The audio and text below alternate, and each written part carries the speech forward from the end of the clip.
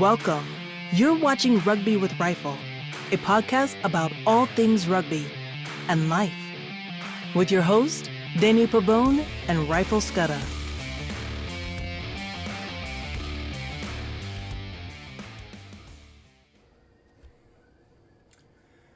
Welcome everybody to another episode of Rugby with Rifle, a podcast that brings awareness to the game of rugby to the American audience and beyond.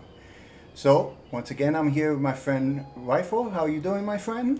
Doing well, thanks, Danny. Looking forward to the next episode. Cool. So, as you know, and well, if you haven't watched the previous 3 episodes, go back to watching those episodes. We talked about a series by the name of Chasing the Sun 2, which is a documentary series that follows the South African rugby team through the 2023 Rugby World Cup. So those episodes were pretty cool to record and to talk about that series. So in this episode, we are going to talk about the 3 major tournaments that happen in international rugby. And those 3 tournaments that Rifle is going to so graciously explain to us is the Six Nations tournament, the Rugby Championship tournament, and the British and Irish Lions tour. So those are 3 major tournaments that happen in the world of international rugby. And we're going to get into which countries are involved and a basic understanding of how the tournament works. And we're going to get not only a rugby lesson, but we're going to get a geography lesson in this episode. So looking forward to that. So before we start, Rifle, would you like to say anything? Yeah, I don't know if I can help with geography at all. I didn't do well at school at all, but I'll definitely help with the rugby side of things. But don't test my geography, please, Danny. All right, I'll try to do the geography. I'll try to cover the geography part. Okay, thanks. So with that, got a few slides here or graphics that we want to share with you. And the first tournament we're going to talk about is the Six Nations tournament. So let's talk about the Six Nations tournament. So here, as you see, everybody, this is the Six Nations tournament. And in previous episodes, Rifle, I know you have mentioned that international rugby is pretty much, or the major nations, the tier 1 nations, I should say, if everybody remembers from the previous episodes, we spoke about this. The tier 1 nations are pretty much broken down into the Northern Hemisphere and the Southern Hemisphere. And the Six Nations tournament is a tournament that is played in the Northern Hemisphere.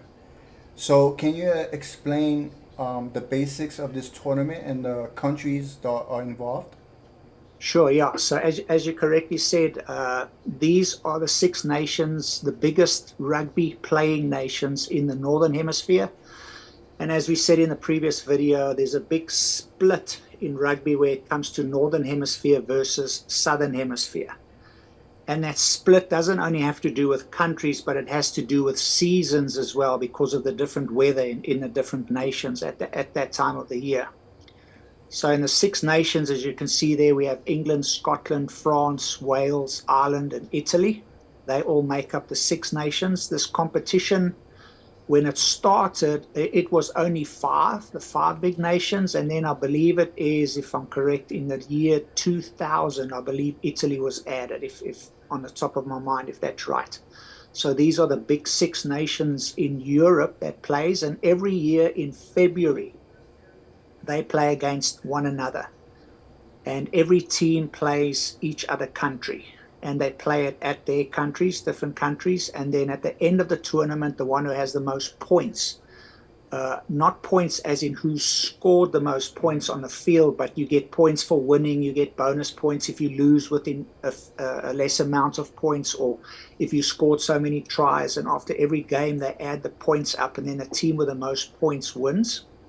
And then there is such a thing called, if you do not lose, in English, I don't know, we say it's a whitewash. I don't know if you say that here.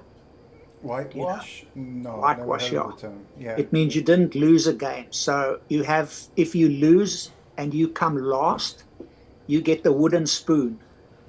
That's not good. So if you are last in the competition, you get the wooden spoon. But there's times where some countries play. I remember 2 years ago, Ireland played, and they didn't lose a game. They didn't lose to anyone. They beat all other 5 nations when they won. So that's basically the 6 nations that takes place every February, and it's between those 6 nations in the Northern Hemisphere. Okay, cool. See, with me,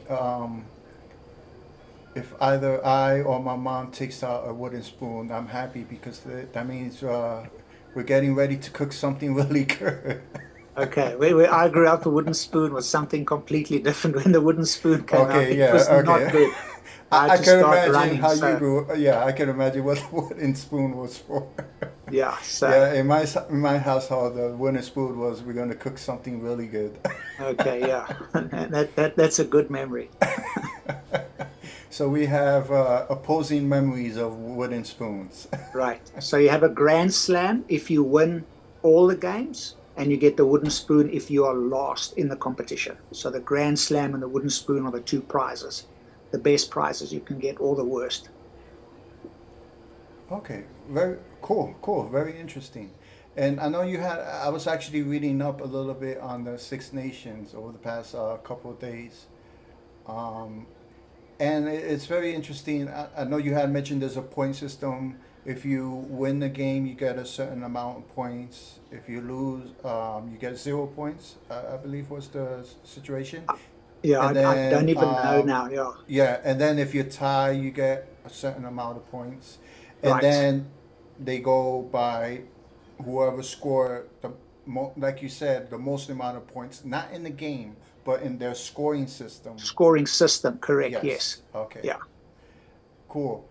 And as everybody sees on the screen here, this is the trophy that's awarded to the team that wins the Six Nations tournament. And I have 2 little black bars there because we don't want to get copyright infringement. Those 2 ribbons that are attached to the trophy are the sponsors of the tournament. So, Right. so those 2 the 2 bars next to, on each side of the trophy, that's not part of the trophy. I was just covering the sponsor of the tournament. So yeah, so I was just wondering. This is very interesting. Another thing I had read was, like you had mentioned, Italy joined the competition in 2000. You said. Yeah, Yes. 2000. And then prior to that, France had joined. I forget the year, because originally this tournament started as 4 nations, the 4 nations of what makes up the United Kingdom, Right. correct? The 4 that make up the British and Irish Lions Okay. countries. Yeah, and then France was added as the 5th, and then Italy was added as the 6th in 2000. So that's pretty cool. So if you can, Rifle, can you sort of explain the style of play, the basic style of play for each country that we see here? That would be very difficult for me to do, Okay. because what happens is sometimes different countries change the style of play that they incorporate in a game. Out of all of these teams, I will say that the French in my opinion, I believe, is the team with what we call the most flair. They can Okay. run the ball and they absolutely will do crazy things, just passing the ball very close to their try line or even in their try line to get out of their try line. They're just amazing flair. So they got speed and they got, quick backline players. Another thing is it depends on who's coaching the team. Okay. So you have different coaches from different countries that come in. So it's not necessarily that a coach who is Scottish will coach the Scottish team, or a coach that's English will coach the English. So you got coaches from different countries that come to coach these players, and with them they bring maybe a different style of rugby to what the previous coach or what the country is used to playing. So that's a very difficult question to say this is, but out of all of these countries, I would say that France is the one that, if on the day, they can run any team into the ground. Their flair is just amazing. Don't know if Well, that helps or answers the question, but no, no, no, that's no. all I've got on that one. That's perfect. That's perfect. So essentially, you're saying it depends on the coach that comes in, because each coach may have a different style of play, which makes totally Correct. sense because pretty much all sports are like that. Depends on the coach, style of play, and everything. So the again, I'm always bringing it back to the NFL. So it kind of sounds like the French team are the Kansas City Chiefs of rugby, in the sense that they're always moving, they're always coming up with creative ways to move the ball and score. They're very intense and nonstop. Yeah, the French will punish you on a day if you. And it's also the other thing about the French is we have a saying where we say it depends on which French team shows up on the day. Because when they are good, they're amazing, but when they are bad, they just make really, really bad mistakes. And Wow. just you look at them and think it looks like a second team high school, playing now, and not an international team. But I don't know if you'll remember, maybe you won't, but a couple of years back when they played New Zealand in the Rugby World Cup to go through, I mean, New Zealand was supposed to win, and everyone was celebrating New Zealand, and France beat them on the day. So it's they are one team that you really, really cannot take your foot off the Mm, petrol. You got to, like, all the time, you got to watch them, because if you give them just the slightest chance, they'll run you into the ground. wow. So wow, that's again. It appears to me they're the Kansas City Chiefs of the of the NFL because uh, I don't know how much you know about football, but I'm a Raiders fan, a Las Vegas Raiders fan, Okay. and the Kansas City Chiefs are the rivals within the, in the NFL you have divisions and stuff like that. So Yeah. the Las Vegas Raiders and the Kansas City Chiefs are in the same division, and they play Yes. each other 2 times a year. Yeah. And Kansas City is the same way. They go if they're on that game, you don't have a chance. Right. You're gonna get blown out of the water, so to say. Yep.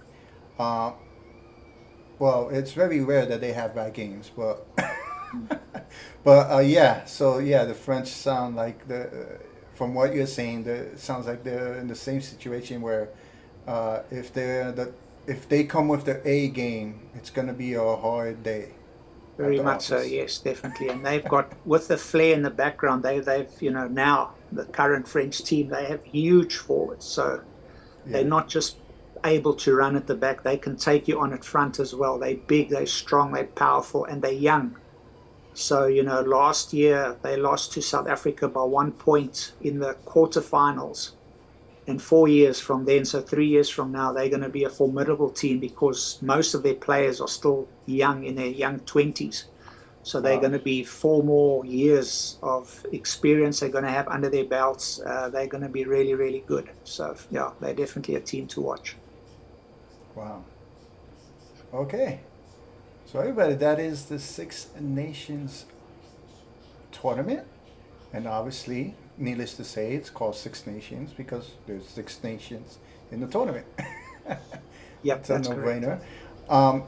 Okay, so the next tournament that we're going to talk about is known as the Rugby Championship tournament. And the 4 countries involved in this tournament are South Africa, New Zealand, Australia, and Argentina. So, can you give us a basic background on this tournament, Rifle? Sure.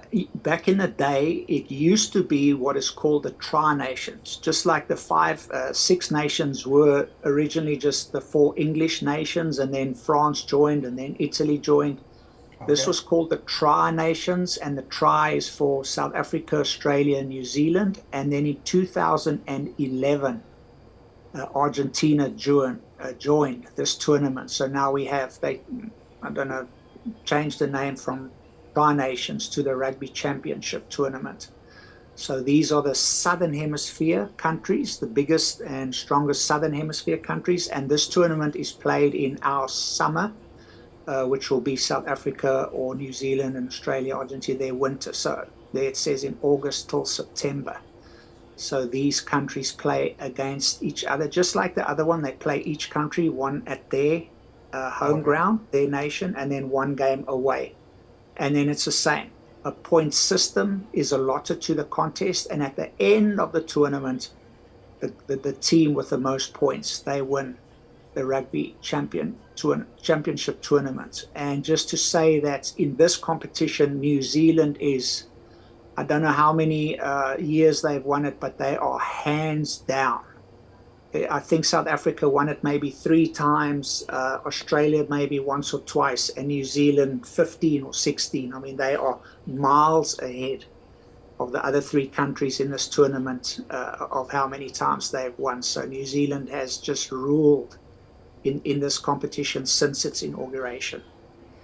Yeah, again, doing some background research on these tournaments, I saw that there, there was a list that I checked on, actually on Wikipedia, and if you see the list of the years which team won it, it's like all you see is New Zealand, New Zealand, New Zealand, New Zealand, New Zealand, New Zealand, New Zealand, South Africa, Correct. New Zealand, New Zealand, New Zealand, New Zealand, New Zealand, New Zealand, Yeah, New Zealand, Australia, New Zealand. I'm like, oh wow, New Zealand really dominates correct. this tournament.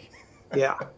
So So the yeah, big it's very the interesting. big thing is, South Africa won it this year. The last time we won it was 2019, and before that was 2009, I believe. So South Africa, even though we have won it now the last couple of years twice, New Zealand's won it so many more times. Mm. But the thing about New Zealand is, they also won, like South Africa, the World Cup 2 tournaments in a row. New Zealand did that in 2011, 2015. South Africa 2019, 2023. The only difference between South Africa and New Zealand is New Zealand, from the time that the World Cup in 2011 that they won to 15, they lost very few games in between. So they didn't just win the Rugby World Cup. They won the tests that they played in between World Cups, which made them the best team. And there's talk now about, is South Africa the best team now? And if you look, because we also won 2 World Cups in a row, just like New Zealand, but South Africa is almost trying to, and that's Rassi's big mindset, is to win the Rugby World Cup.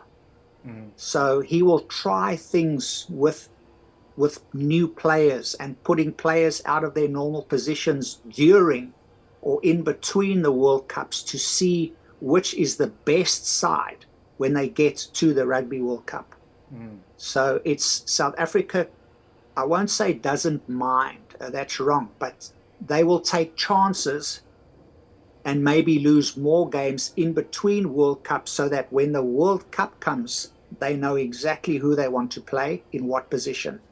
Where New Zealand didn't lose, I think they lost 2 games in between the World Cup to World Cup, and that is what made the All Blacks 2011 to 2015, those sides of the All Blacks, just the absolute greatest, is the amount of games they lost. So that's just something to bring in there. They were under Richie McCaw, just a phenomenal side. Wow. Yeah, that's amazing. And I remember you mentioning, when when you first started teaching me about rugby, I remember you had mentioning that New Zealand is a powerhouse in rugby, Oh yes, and most definitely. they're always in the you know top five, top three in international rugby every single year. Yes. So yeah, so And they're what they're makes definitely a that powerhouse. even more amazing is if you look at the size of their country. I think now they might be 5 million, the whole country. Yes. So if you only have 5 million players, but you have, won so many rugby games, you're known in the world for rugby. And their women rugby is amazing as well. It's not just the men, where some countries, for example, South Africa, our men are way better in rugby than the women are. But New Zealand, the Black Ferns, their ladies, they also very, very good. So they are also a rugby loving nation. And that's why the rivalry between South Africa and New Zealand is so big, because we both just love rugby, and we, go all at it and respect each other's team so much. And they're just a phenomenal country, phenomenal rugby team, always have been, and they're just great. Cool. And just a plug for episode number 4. I know in episode 4 we spoke about the different international rankings. And yes, I do remember New Zealand, both men's and women's, Yes. being in the, I think the men's they were ranked number 2, if I'm not mistaken. Could be, yeah. Yeah, No, and then can't be number 2, because currently Ireland are number 1 and the Springboks are number 2. So New okay, Zealand's probably number 3. okay. So yeah, so okay, and then the women were also ranked in the top 3, Yes, if women I'm will not probably mistaken. Yeah. be, if they're not number 1, they'll be number 2 or 3 for sure. Yeah, they're amazing. Wow. So both men and women are always Yes, that's top of the right. game. Yeah. Cool, cool. And as everybody knows, Rifle is originally from South Africa, so obviously he roots for South Africa. Most definitely Needless to say. unbiased. Just, yeah, just no South Africa fan. As I say, green and gold in my blood. So that's just it. Cool, But cool. as I say, New Zealand, they're a team that we respect and honor, and the greatest. They're just Yes. amazing. Yeah, it's very interesting. For those of you who watched Chasing the Sun 2, and hopefully you've watched the series already, because it's such a great series. I remember throughout the series, there were, if I'm not mistaken, please correct me, Rifle, they were interviewing an All Blacks player, a former All Blacks player, and I forget his name, but I remember him saying that, when he was on the All Blacks, any team that would confront them, they're like, we got this. No problem. We're going to get this.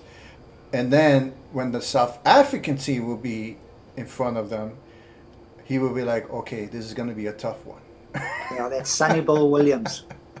So I remember him mentioning that he had a lot of respect for the South African team. And he was like, I know we're going to, I'm paraphrasing here, obviously.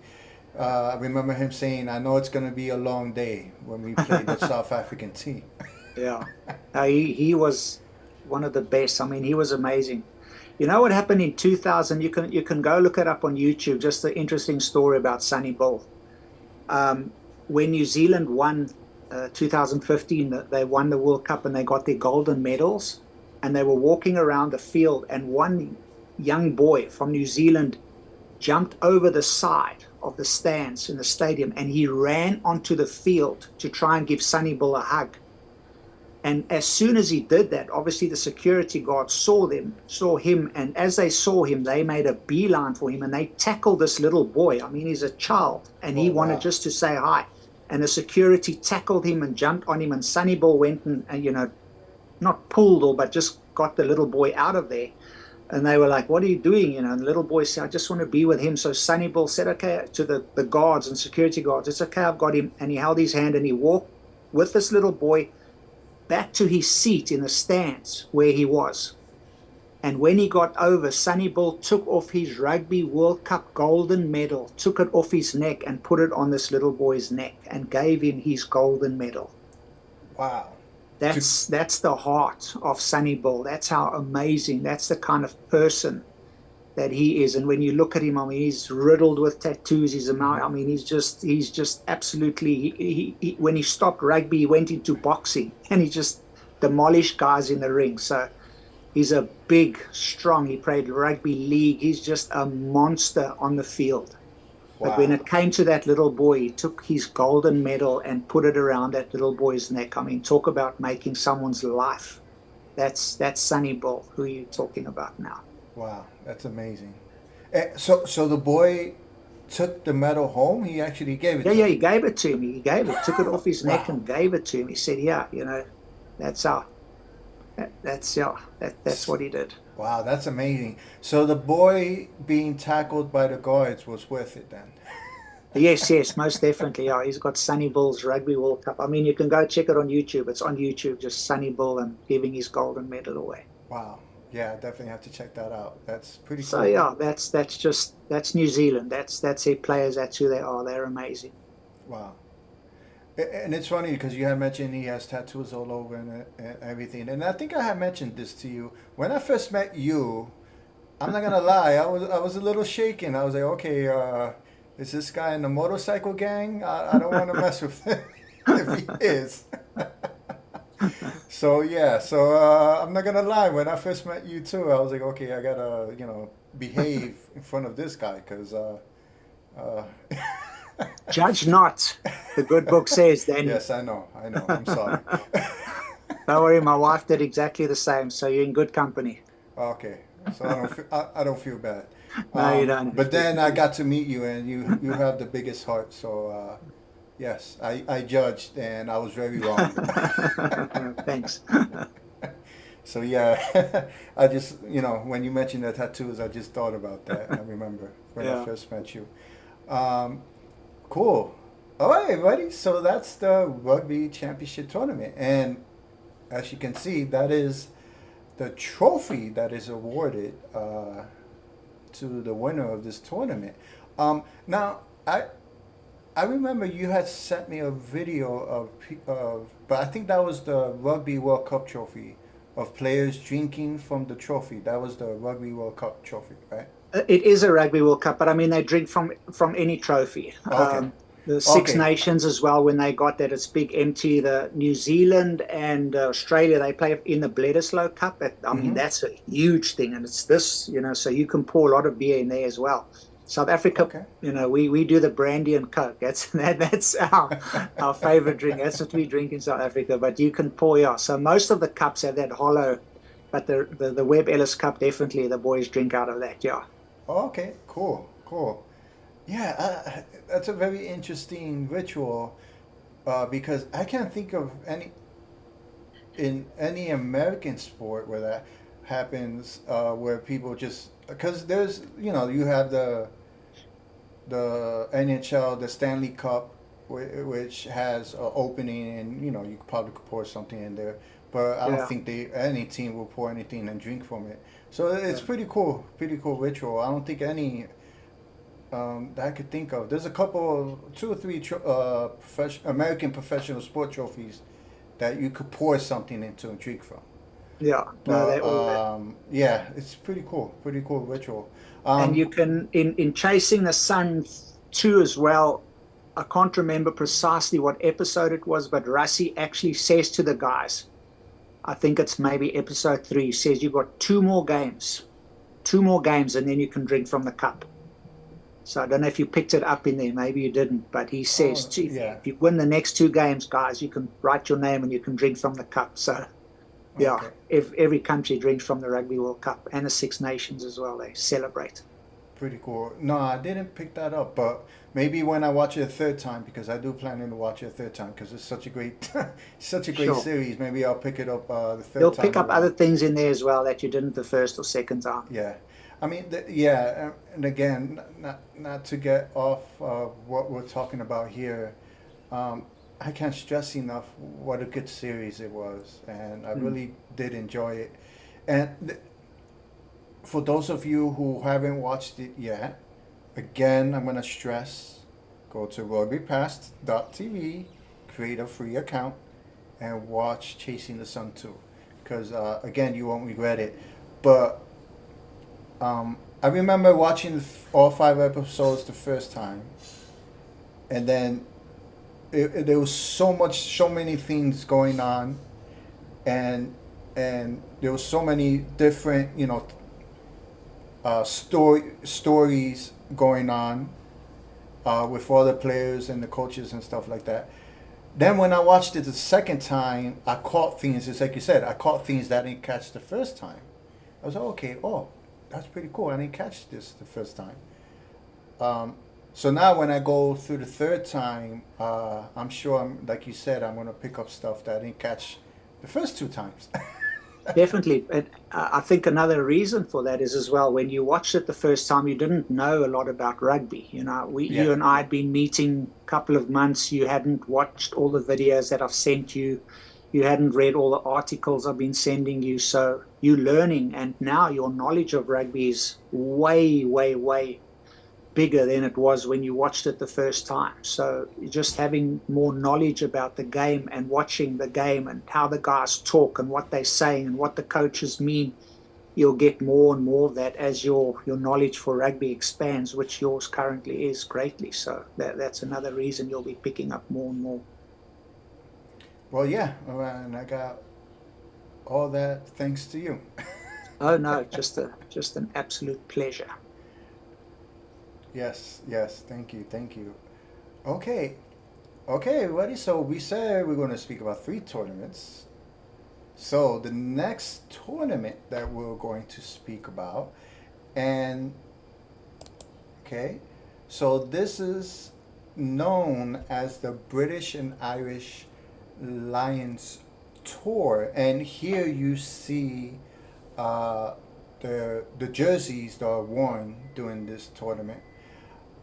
And so, Rifle, can you this these this tournament is played by uh, the four, what I call unite, the four British. I don't even know what to call it. Is it called?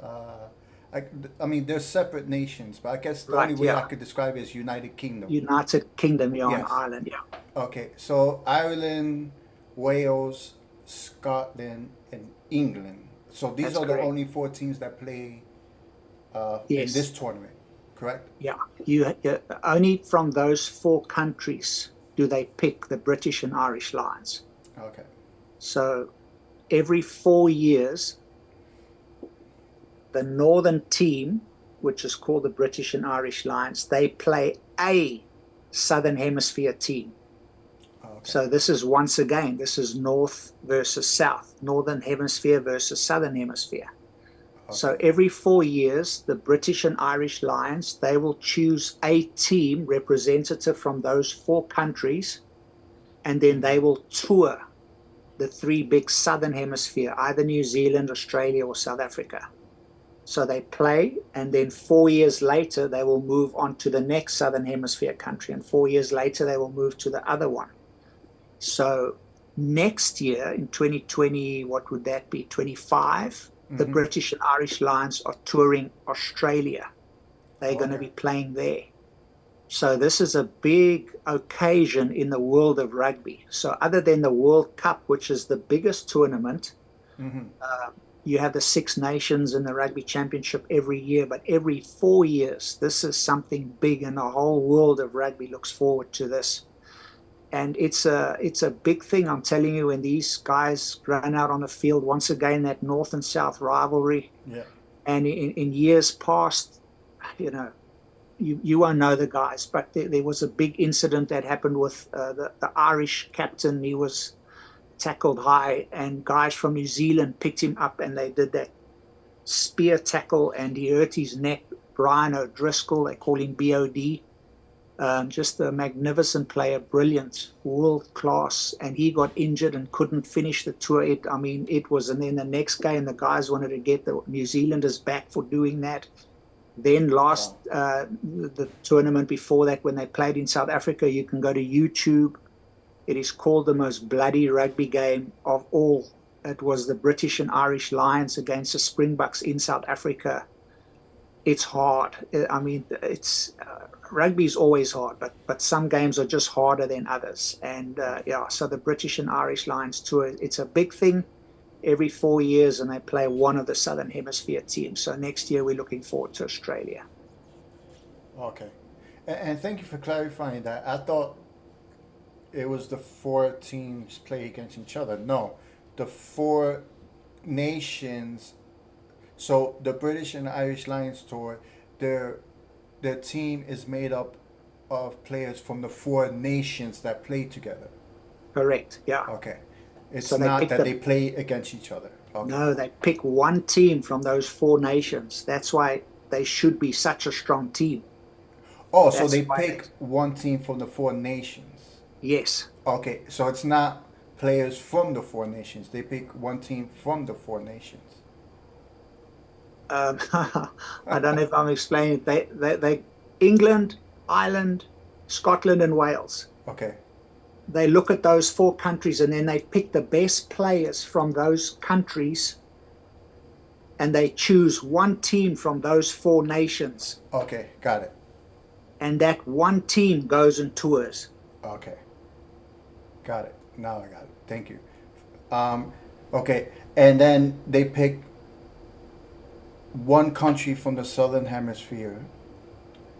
They don't pick them. It's a schedule. So it's a one schedule. year, like next year, it will be Australia. Okay. Then 4 years after that, it will be New Zealand. Okay. 4 years after that, it will be South Africa. So next year it's going to be the tour in Australia. Australia, correct. So now are they playing the Australian national team, or are they playing teams at the club level? They play the big tour is the British and Irish Lions team. They play the Australian national team. Okay, but there are warm-up games. So they will play some of the local, teams, but the big test are 3 tests against Australia. But there will be warm-up games as well. So the big test games are against the national team. Correct. But they may play, for the warm-up, they may play teams at the club level. Club level, not club level, they will play what we call provincial, or it's not national, it's just under national, but it's not club. Oh, okay. Gotcha. Yeah. So, yeah. Oh, okay. Cool. So usually you have, so essentially what you have is you have the Rugby World Cup, and then you have the 2 tournament, 6 nations at Rugby Championship. That's every year. Every year. And then you have the British and Irish Lions tour every 4 years. Correct. So the Rugby World Cup and the British Irish Lions tour is every 4 years. Yes. And the 2 tournaments that we spoke about previously are every year. That's correct. Yes, that's right. Okay, cool. So there's always international rugby going on. There every is year. like currently now you have what they call the autumn series. Yeah. It's in British English we say autumn, we don't say fall. So every autumn they have this. So you have all those British and Irish nations with Italy and France, and then they play. We from the south, we go over. So you got Australia, South Africa, New Zealand touring there, And it's a wonderful way to end the year. And then you just got to make it until February before the Six Nations. So you've got 2 months of sitting on pins and needles waiting for the next international rugby game. So yeah, that's how that works. Wow. Pretty cool. Pretty cool. So, with that, everyone, so those are the three, what I would call main tournaments in international rugby, other than obviously than the Rugby World Cup. Yeah. So yeah, so that's pretty cool. It's very interesting to see a sport that's, you know, like soccer international, where you have, I believe, if I'm not mistaken, rugby is played in, I think, 140 nations or something like that, if not mistaken. So, and then obviously, like you had mentioned before, there's tier one nations, tier two nations, and tier three nations. And then soccer, I don't know the number, but I think soccer is more or less the same amount of number of nations for rugby. So it's pretty cool to see a sport that's played internationally, because American sports, we have the four major sports in America are basketball, football, baseball, and hockey. Yeah. Um, those sports are not played. Those four sports are not played in as many nations as rugby Soccer. and soccer. Yeah. So it's very interesting to see the international setup of rugby and the different tier nations and stuff like that. And it's amazing because there are, if I'm not mistaken, I read there's roughly just under 4 billion with a B soccer fans around the world. Mm. 4 billion. Uh, and in rugby, I believe the number is around 900 million. So, rugby has a lot of work to catch up to soccer. Sure Um, do. but that's why it's so interesting, and that's why we actually started this podcast, was to introduce the game of rugby to the American audience, because you know America is the well, financially, when we talk about finances, America is the biggest media outlet for sports. So it's Yeah. going to be very interesting to see how, and again, from our previous episodes, we mentioned a developing professional rugby league known as the National Rugby Football League, that they're currently in development, and they're looking to start playing. I'm not sure of the timeline, but soon. So yeah, it's going to be very interesting to be a part of. I'm very. I know that, and again, I'm just plugging the podcast.